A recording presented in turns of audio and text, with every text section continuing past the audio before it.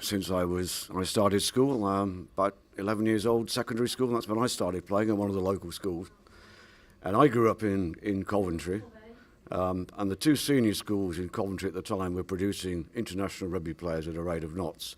So I was a contemporary with Peter Rossborough, who's our president here, many caps for England, David Duckham, Peter Priest, Jeff Evans, some very famous names. So it's difficult not to get the bug when you played with people like that or against them. Last week we were at Neighbours Broad Street and they told us some of the benefits of having Premiership Wasps move to the Midlands. Do you see any benefits from them? Well, yes, we do. We've been trying to establish a working relationship with Wasps that will work both ways. And so far we've had some success. What has happened is that we have supplied players to their A-team and they've been scoring quite a lot of tries, we understand. And the benefit that we're seeing in turn is that today we have a couple of Wasp lads on the park, a couple of lone players, largely because we have such a bad injury list just at the present. So it's nice to have them on our doorstep to help with that. Coventry have suffered from severe financial difficulties in the past. How expensive is it to run a club this size and how do you survive? If I knew all the answers to that, I'd be a wealthier man than I am today. The club, I got on the board I think 6 years ago, became chairman 5 years ago. And you have to recognise that it's a business. You'll see here right now in this, what we call the Platinum Lounge, which is our premier dining lounge, we're going to seat about 80 for dinner, and it's an excellent lunch, beg your pardon. And downstairs we have another party of about 120. So this is all income that's very important to us.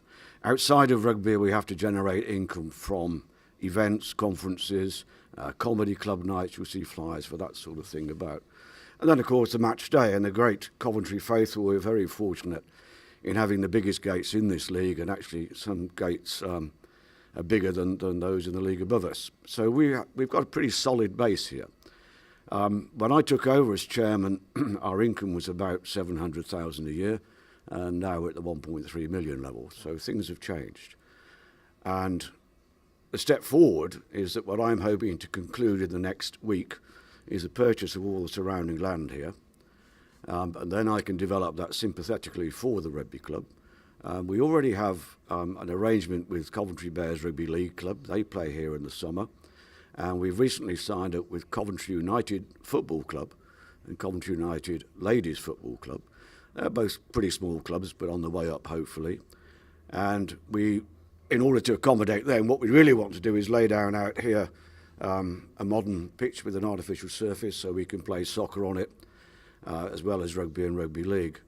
What I can then also do with it is extend the facilities to do more work in the community. I want to have kids coming here. I mean, we are, after all, in the centre of the city, a prime location. You don't need the taxi, mum and dad, to get here.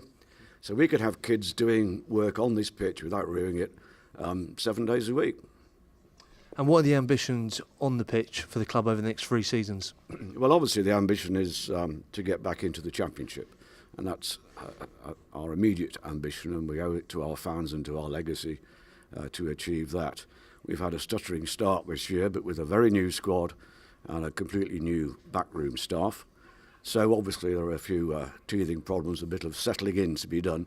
But that's our ambition either this season or next. But we're not, and Coach Rowland will confirm that, we're not taking a short-term approach at this. We're looking at achieving that Championship and getting into the Championship and staying there. It's sustainability, which is the key word about this. Financial sustainability, squad sustainability. John, appreciate your time. Best luck with everything. Okay, thank you. Thank you, mate.